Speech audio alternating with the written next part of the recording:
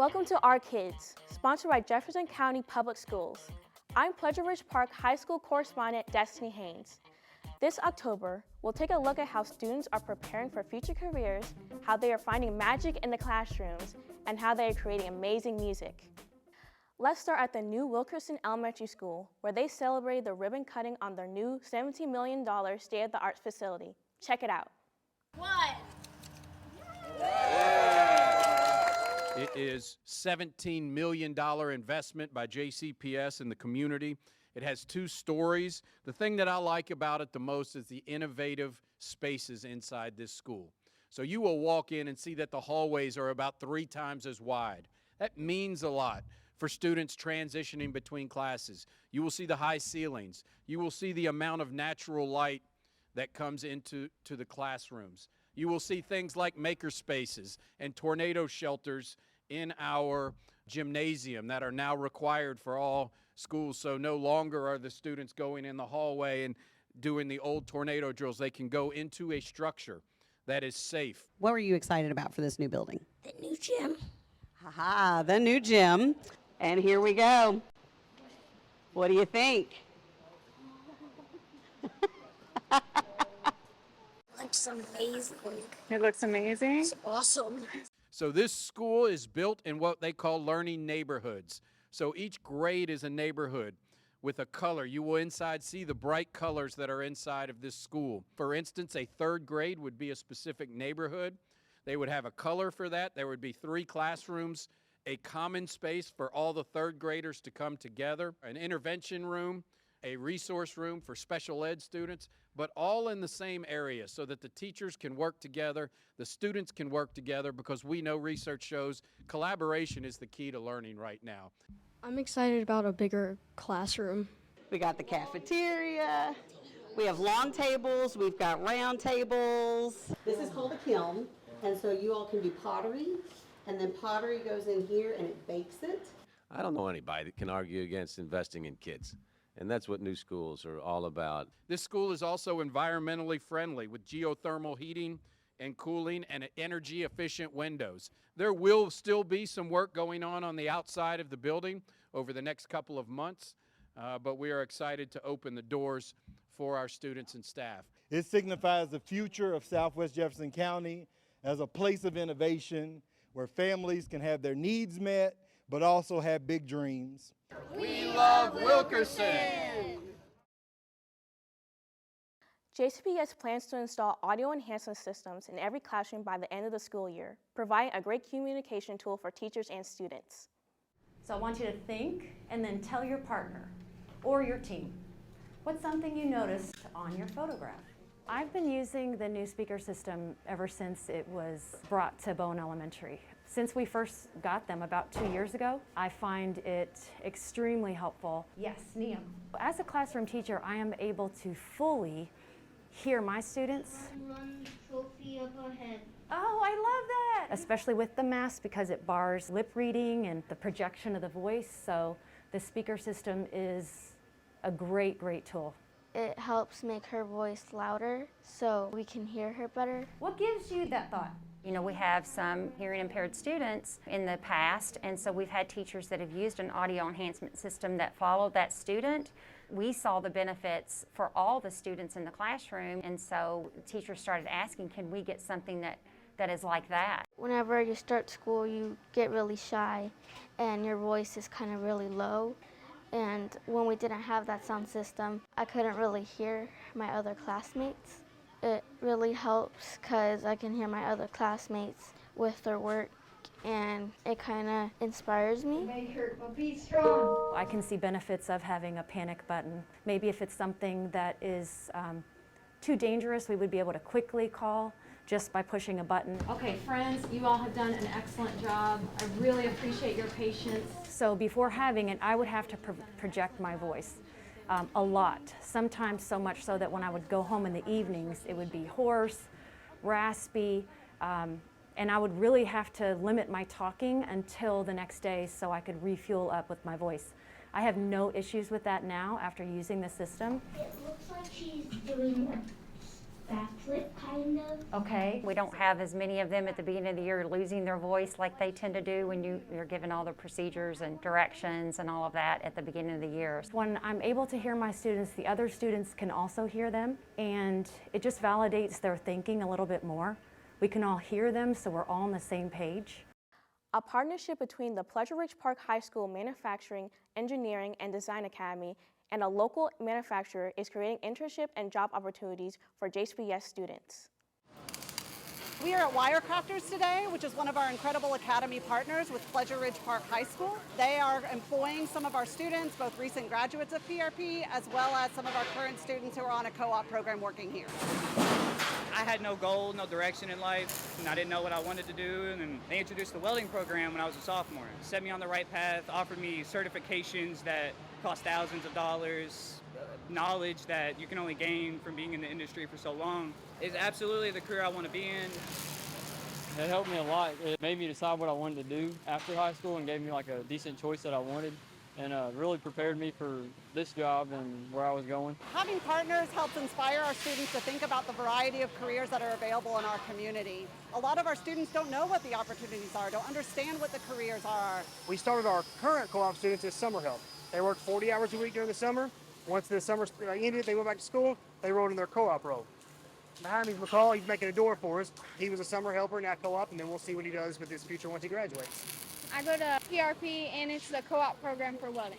I'm in my booth, and right now I'm working on panels. So I actually have a class at school, and we just go through the main concepts of like what welding is and like how we do certain things, putting material together. And then we come here kind of during school, and we just work, and they teach us different things like measurements and how to read off like a blueprint.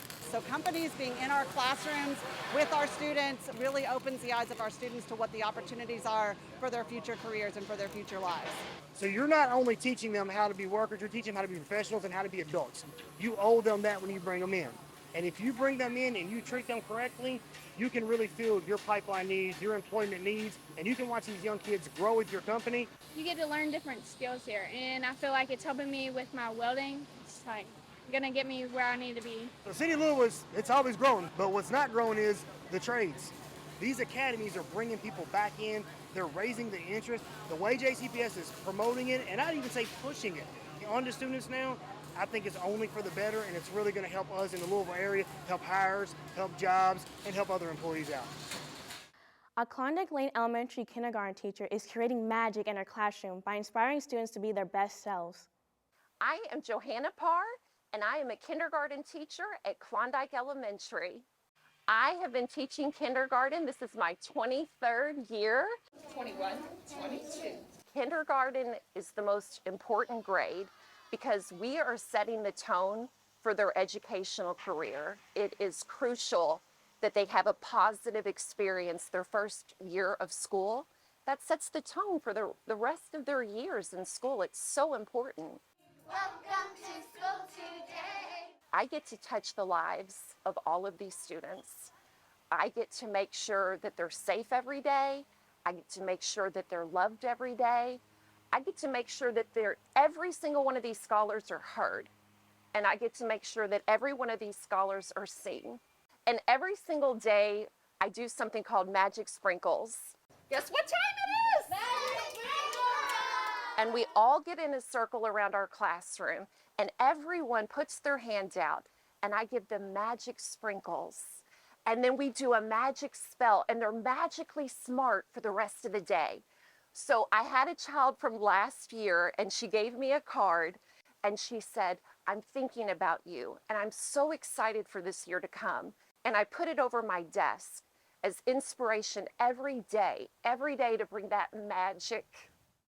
By far, the most important part of my job is relationships. Once you have those relationships established, your class routine is set. And then you can teach, and the sky is the limit for what these children can learn through project-based learning and all of your lessons throughout the year. Everybody say, Terrific Tuesday! Terrific Tuesday! Personally, I have 2 children. Professionally, I have over 500 children. They're all my children. What a legacy. And that's how we start our day. Motivational speaker and Seneca High School alum Tiffany Foster spoke to girls at Olmsted Academy South about loving themselves and to let them know that they are great. I want to hear y'all say, I am great. Y'all say it as loud as y'all can. On the count of 3. 1, 2, 3. What up, y'all? This your girl, Tiffany Two-Tone Foster. I'm at Olmsted Academy South, and I'm here to let the students know that they are great. Yes! I have a movement called I Am Great, and that means no matter what life challenges are thrown your way, you're destined for greatness. So I have the opportunity to come speak to the young ladies today and tell them to love themselves in spite of any challenges that they're facing in life. Self-love is the #1 thing that they need in order to go to the next level in life. I've known her since she was a young lady and have seen her expand her movement to talk about not only who she is, but who she's helping other young people and older people become. I want our young ladies at Olmsted Academy South to remember that they're great, that they're loved, that they're amazing every single day. And to bring her in to talk about her journey with accepting herself is what our young people need today. So once these young ladies or young people know to love themselves, they could be anything that they want to be. We want our students to know that they have a village behind them, and we want them to know that they are great.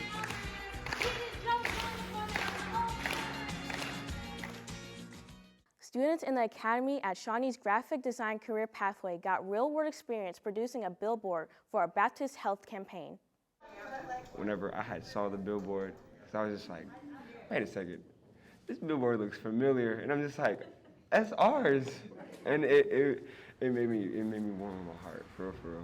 The project was a billboard, and it was against vaping, and it's also to promote getting screened for cancer early. How can we get people's attention to drive by and look at the billboard, make sure they'll like, oh, maybe we should get screened early. So this project was really meaningful for us because we are an agency that is focused on healthcare and higher education, and so having a meld of the two and being able to connect in the classroom, we took this as an opportunity to let students really get a hands-on approach to the work that we do behind campaign creation, letting them have an opportunity to get really creative about the kinds of campaigns we work on, and putting a lot of purpose behind not just making things look beautiful, but seeing the greater meaning behind it. I didn't know it was on being a billboard for real. I just thought, well, I'm gonna get a good grade and passed. I was so shocked and happy. Could not express how great that to look back and say we did that. We were ecstatic to be able to partner with Shawnee and these wonderful kids because we spend every day trying to find more creative ways to reach out to audiences that are beyond the scope of our 40 to 50 age range for normal lung cancer screening. So this was a great opportunity to get a younger generation's perspective on how to market to them and how we can be more involved from a healthcare standpoint. It was very thrilling because they got to use the skills that they've learned in class. They'll take those skills and use them after they leave the Academy of Shawnee, whether it's college or whether they decide to open their own businesses. No matter if you find that tiny little grass, don't give up. Keep the mentality, just keep pushing. We've got more JCPS stories coming up. Stay tuned. Hello, my name is Adriana Stanton. And my name is Ramar Knight. And we are the president and secretary of Manual High School's Black Student Union. Today we have an important message for all JCPS student and families. We need every eligible voter in Louisville to register to vote in the upcoming election. In 2020, only about 56% of young eligible voters voted in Kentucky, and that number was even lower for their parents. And in Jefferson County, only 61% of eligible voters went to the polls and voted. We believe that number should be higher, so we're here to tell you how to vote. You can check your registration status at weall.vote/null or scan the QR code on your screen. This site will also allow you to register to vote if you aren't currently registered. Another great opportunity for students and community members is that you can also register to canvass the community to help other people of Louisville get registered. And student organizations, such as other Black student unions, can use a QR code that you see on your screen to get other students and staff registered at your school. And if you don't feel comfortable encouraging others in person, you can even register for call or text banking using this website or QR code you see here. This means you can literally get people registered to vote without even leaving your home. Isn't that great? To avoid long lines, we strongly encourage you to vote early on November 3rd, 4th, or 5th at one of the sites you see here. But if you must wait until Tuesday, November 8th, we strongly encourage you to have a plan.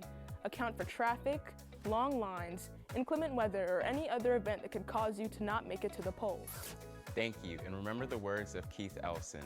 Not voting is not a protest, it is a surrender.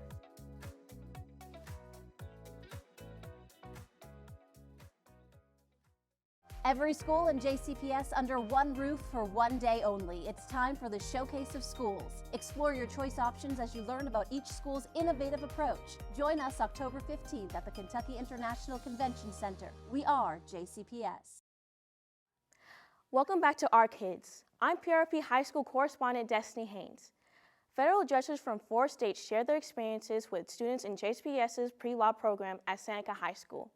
Most of them centered around how our Constitution works. This is the Seneca pre-law program.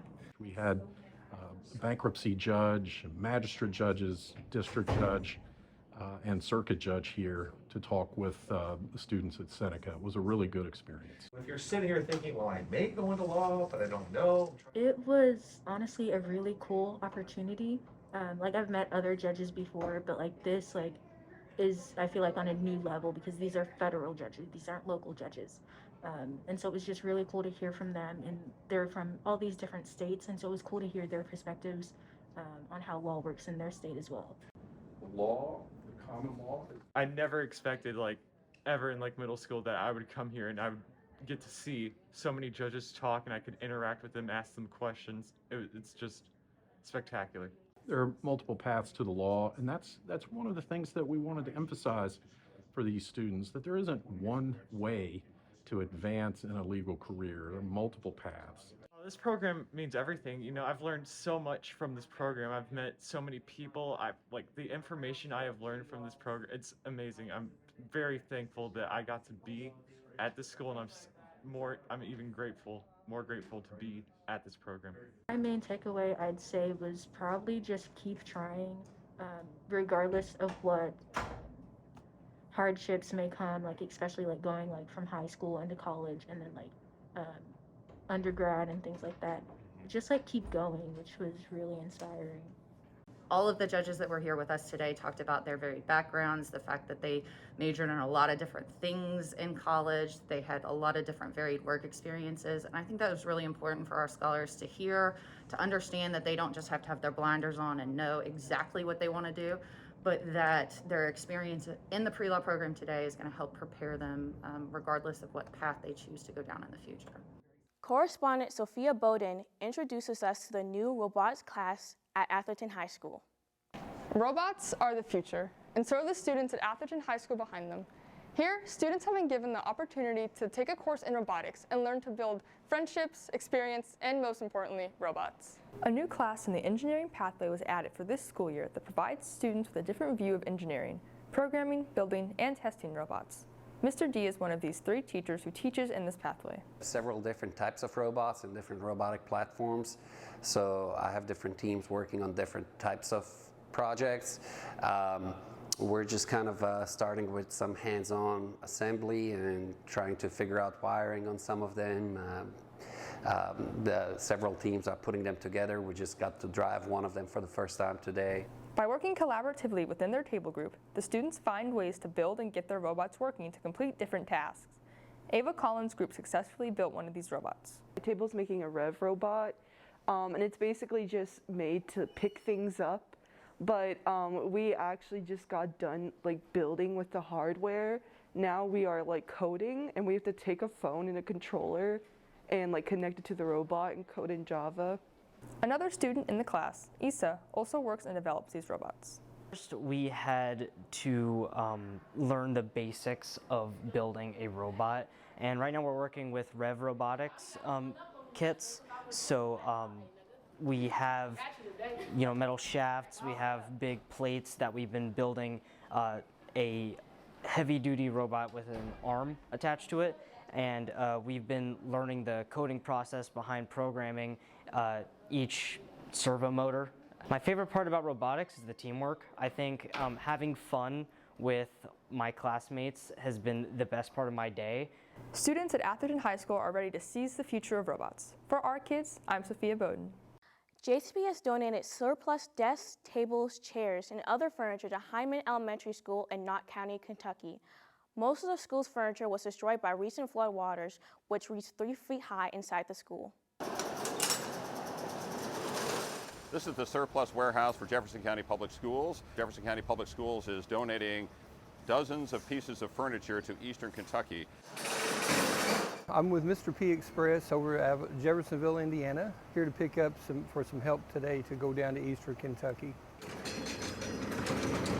Jefferson County Public Schools and Fayette County Public Schools decided that they needed to help out this school in Eastern Kentucky that was completely flooded out. It's a school in a tiny town called Hyman, but they were just flooded out. Their furniture was destroyed, desks were destroyed, so they needed furniture so they can start school. They have not started school yet. When I went down there, I realized my worst day is still not as bad as what was going on with these folks down there. The pieces of furniture that we're sending are bookcases, we've got cafeteria tables, little kids' desks, teachers' desks, tables, 6-foot tables. So we're donating a little bit of everything that you would need in a school to get it ready to open school in Knott County, Kentucky. I'm just a regular guy, but I think that's what it takes, just regular people doing, things working together. And I'm really proud of my company to be a part of that. The churches, JCPS stepping up and everybody just jumping in. And I think that's really, in the world when everything is going kind of rough, there is a lot of positive that we all kind of work together as a team and we pull through when the times do get tough. We're doing our little bit, our share, to try and make this a little bit better place and to provide this furniture for these students so they can get back in their classroom. A Ballard High School orchestra quartet performed during a recent Beatles vs. Stones concert showdown. We're at Ballard High School and we're preparing for the Beatles vs. Stones concert. 2 tribute bands that play Beatles vs. Stones song, and they just have kind of a musical showdown. It's just a good time, good for the audience. I've definitely listened to both of them a good amount. I am definitely a Rolling Stones girl. I knew most of the Beatles songs. I've never really listened to the Stones. I know a few of them, but I've never really listened to many of them.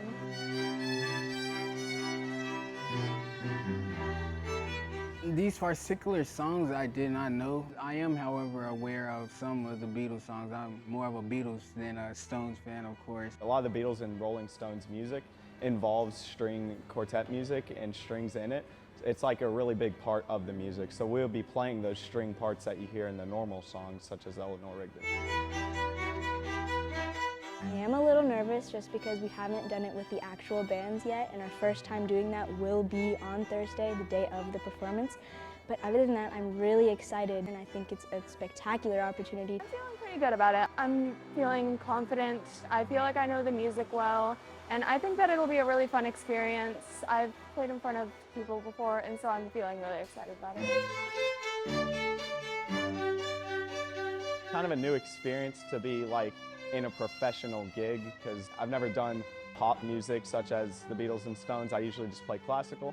So it'll just be interesting to play in a setting like that where people actually pay to come see us. It's a lot of individual work. The quartet, we don't have a lot of melody, the main part that people remember, and that's all left to the band.